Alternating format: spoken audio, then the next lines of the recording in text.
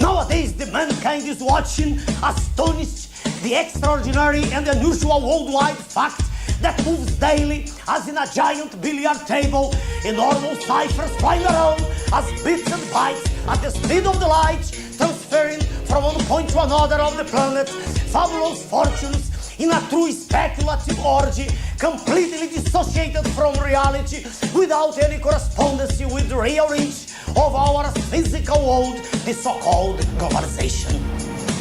It seems, to those not fully aware, and we shall include here sadly the great majority of citizens, that this process is creating a world in which everyone will have access to a higher standard of life with greater social justice. That fact comes to us by the media as a cure-all for the biggest world problems.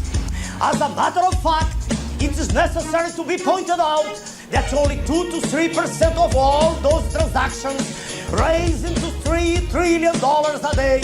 Only 2 to 3% refer to commercial and industrial activities.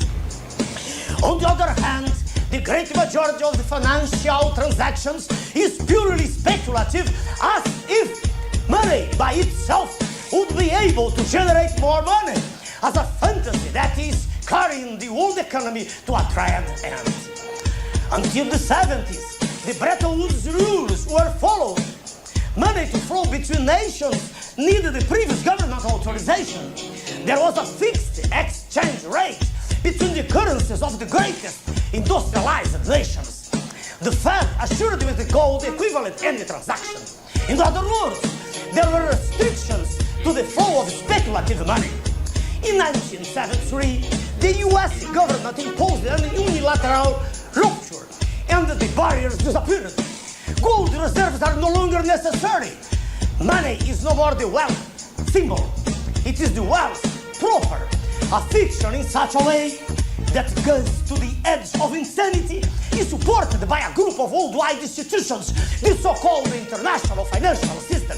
And here are included the IMF, the World Bank, the World Trade Organization, and so on. That is the money empire, the false money, the real speculation conducting the mankind to its ruin and destruction.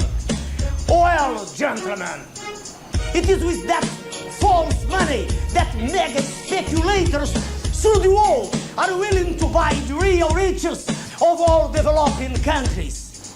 In Brazil, they are selling out by the dozen all of our strategic state companies. The right words are these. They are giving away all of our strategic resources, including Vale do Rodolfo Company, the greatest iron mining company in the world, by only $3 billion, equivalent to less than half of 1% of its estimated value. In Brazil, we have the greatest reserves in the world of niobium, titanium, first quality quartz. We are the greatest gold producers in Latin America.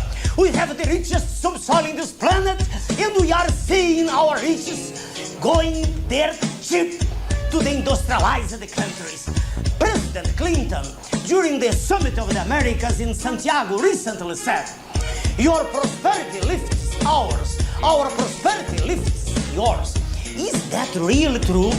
From the Brazilian states of Amapá and Minas Gerais, we carried millions of tons of manganese sold by insignificant prices. Now, in those Brazilian states, we have all big land craters, holes, and our manganese rests in Pennsylvania.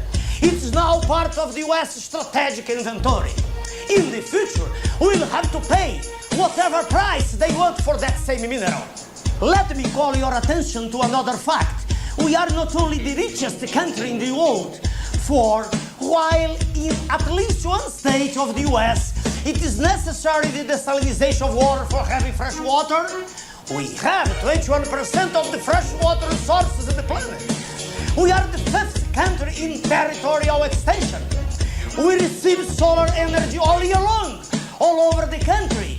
That huge and inconceivable amount of energy is partially stored on the bones of atoms and molecules of the carbohydrates and lipids in the plants, from where we extract alcohol and oils that can substitute petroleum, allowing Brazilian energy independence.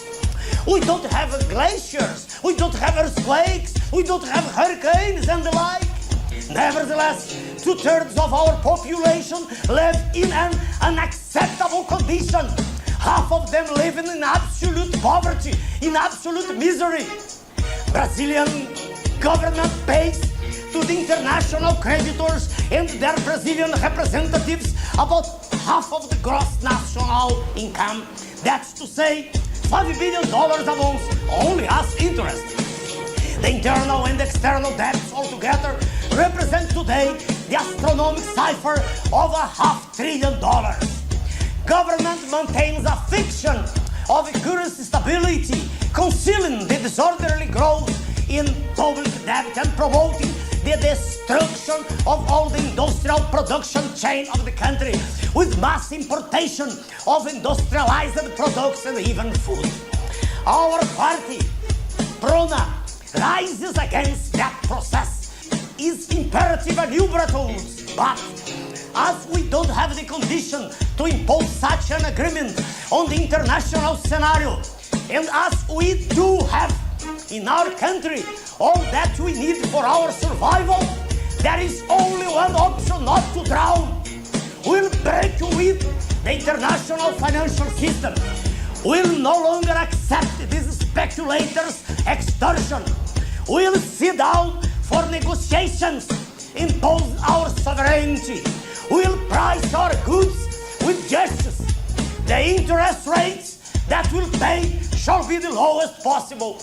That is the only way to proclaim our economic independence. Thank you very much.